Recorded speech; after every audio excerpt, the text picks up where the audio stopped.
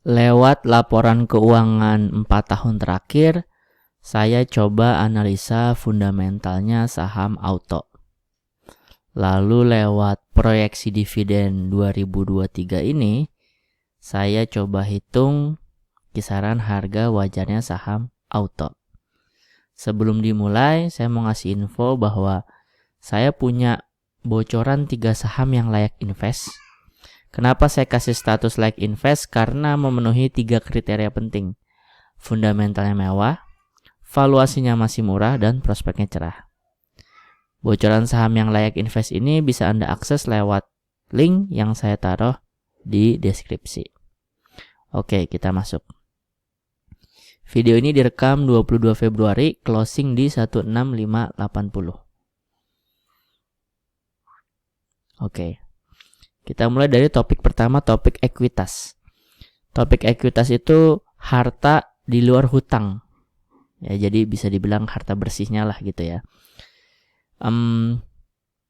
Ekuitas auto di Q4 2022, Q4 2022 udah keluar tuh berarti udah setahun penuh ya. Kita udah bisa dapetin laporan keuangan full 1 tahun selama 2022.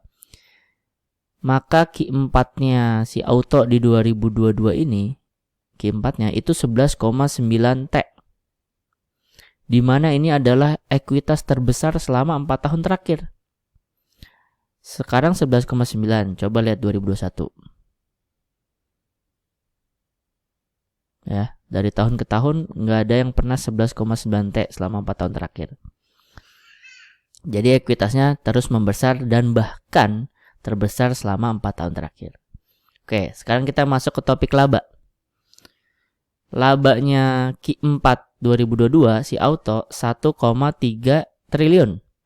Di mana ini juga terbesar selama 4 tahun terakhir. Kita bandingin ke tahun-tahun sebelumnya.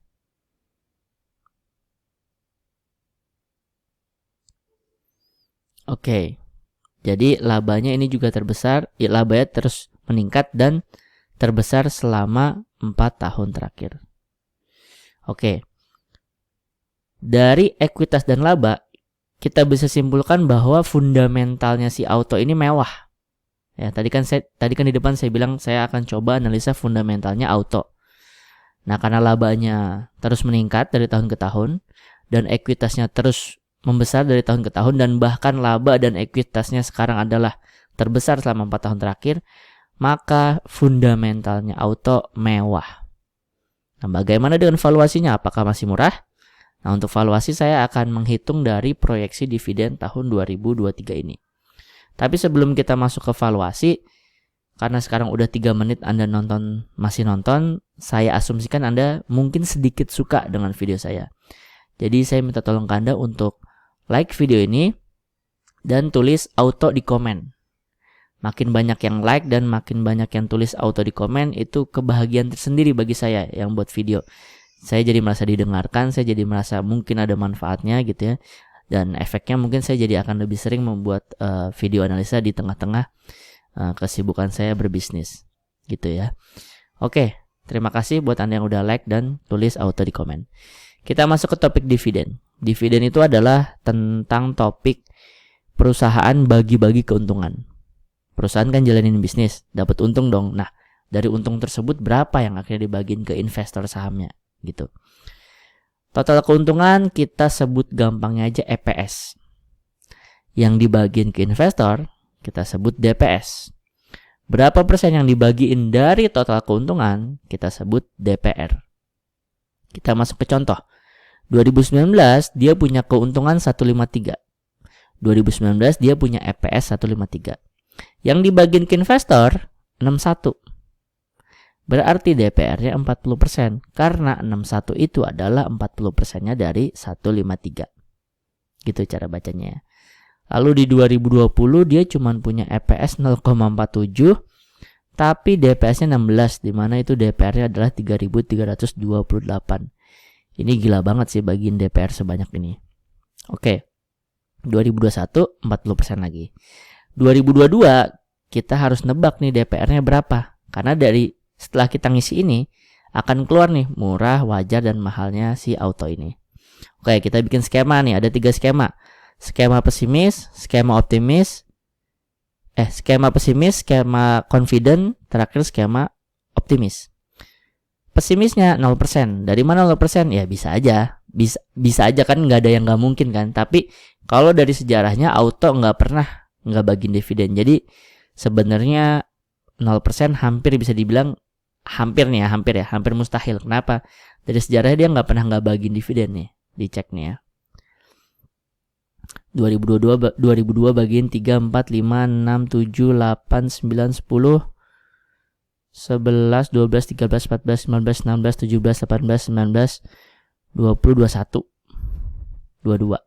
Ya, jadi secara sejarah auto nggak pernah nih nggak bagiin dividen. Jadi bisa dibilang hampir mustahil.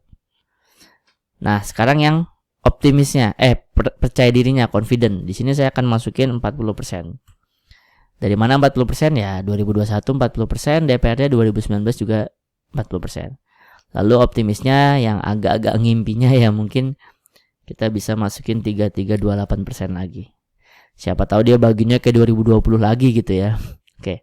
Di sini kita masukin 40% ya. Nah, keluar nih murah, wajar, dan mahalnya auto. Murahnya di 881, wajarnya di 1300, mahalnya di 1700. Berarti auto di 1650 ini udah dikit lagi menyentuh kisaran harga mahalnya auto. Jadi kalau valuasi berdasarkan perhitungan proyeksi dividen tahun 2023, maka buat yang belum mau masuk, ya sekalipun masuk masih ada sekitar potensi naik 7% doang untuk menuju harga mahalnya. Ini ngomongin kisaran harga wajar ya, yang aslinya nanti bisa di atas 1700 ya itu mah bisa-bisa aja, itu kan namanya market, kita nggak tahu. Tapi ini secara perhitungan gitu ya, itu sekitar di 1700 atau sekitar 7% lagi. Lalu buat yang udah megang ya, kalau Anda mau cari aman gitu, misalkan Anda bisa pasang setting auto sell di 1700.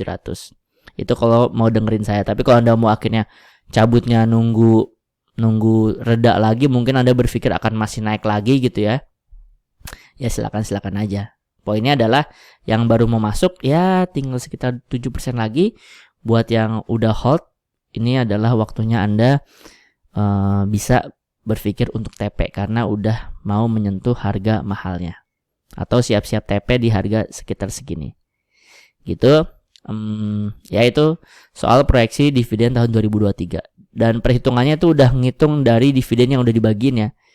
Kalau dari dividen itu kan ada yang sekali setahun baginya, ada yang 2 kali, ada yang 3, ada yang 4 kali. Nah ini auto ini kayaknya tipikal 2 kali setahun.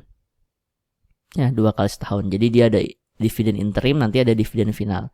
Nah perhitungan ini udah pakai ngitungin ngurangin dividen interim. Kalau misalnya interimnya nggak dihitung mah, dia masih ada di harga wajarnya nih ya. Kalau seandainya belum pernah bagiin dividen interim nih, auto di harga sekarang tuh ada di harga wajarnya gitu. Maksudnya masih boleh dibeli. Tapi karena udah ngebagiin dividen interim, jadinya jatuhnya wajarnya aja udah kelewatan 20%. Tinggal menuju mahalnya gitu ya. Oke. Saya tambahin bonus lagi materi. Bagaimana kalau Anda misalkan udah beli, ini khusus Anda yang udah beli nih ya.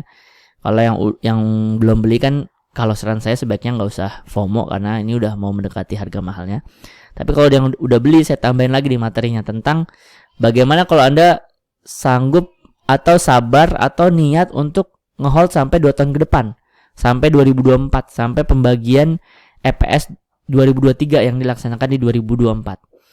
Nah, oke, kita tebak ekuitas tahun depan katakanlah sama 10%-nya, katakanlah. Ya, dia besok naik 10% lagi, katakanlah. Lalu PBV terendah kita ambil yang terendah selama 4 tahun terakhir 0,44. Lalu katakanlah labanya tahun depan 117% lagi. Lalu dividennya DPR-nya 40% lagi. Nah, kalau Anda niat ngehold untuk 2 tahun ke depan dengan asumsi 4 ini, maka resiko turunnya tuh auto ke 1198 atau minus secara harga itu 27%. Tapi kalau niat ngehold selama 2 tahun ke depan sampai 2024, itu dari dividennya aja Anda akan dapat 19,82% di harga kalau Anda punyanya di harga 1650 ya. Nah, jadi kalau dikurang-kurang ya mungkin secara resiko itu minusnya 7% untuk ngehold sampai 2 tahun ke depan. Secara potensi ya saya nggak tahu, kan Anda megangnya, saya nggak tahu Anda di average berapa ya. Tapi kalau secara resiko besarannya sama besaran dividen yang didapat itu ya paling banter itu minusnya 7%. Jadi kalau buat Anda yang udah megang ya, udah hold, udah lagi floating profit, Anda mau lanjut sampai 2 tahun ke depan dengan asumsi nanti auto akan seperti ini ya, ekuitasnya naik 10%, PBV terendah ada di 0,44, terus labanya naik 117% lagi, terus dividennya DPR-nya 40% lagi, maka tuh Anda ya paling banter, paling pahit-pahitnya turun 7% doang. Tapi namanya resiko, sekali lagi, bisa jadi dia nggak akan pernah turun ke sini ya, tapi bisa jadi juga turun lebih bawah gitu. Tapi ini perhitungan ini udah pakai angka PBV terendah selama 4 tahun terakhir, yaitu 0,44 gitu ya. Jadi buat yang udah ngehold sebelumnya, selamat. Anda TP boleh, Anda mau lanjut ngehold sampai 2 tahun ke depan juga masih aman-aman aja, karena resikonya kecil banget gitu. Dan itu juga kayaknya resiko terparah gitu. Kalau untuk potensi naik to the moon-nya berapa itu tinggal biarin market aja yang bekerja. Antara bandar dan trader dan orang FOMO biarin aja. Anda yang udah masuk tinggal tenang aja, tinggal nonton aja di pojokan makan popcorn gitu. Oke. Sebagai penutup, kalau Anda suka analisa seperti ini ya, Anda bisa subscribe channel Saham Nyantai. Lalu sebagai pengingat, buat Anda yang belum ngambil bocoran saham yang layak invest, segera ambil dengan klik link yang saya taruh di deskripsi. Kurang lebihnya mohon maaf. Assalamualaikum warahmatullahi wabarakatuh.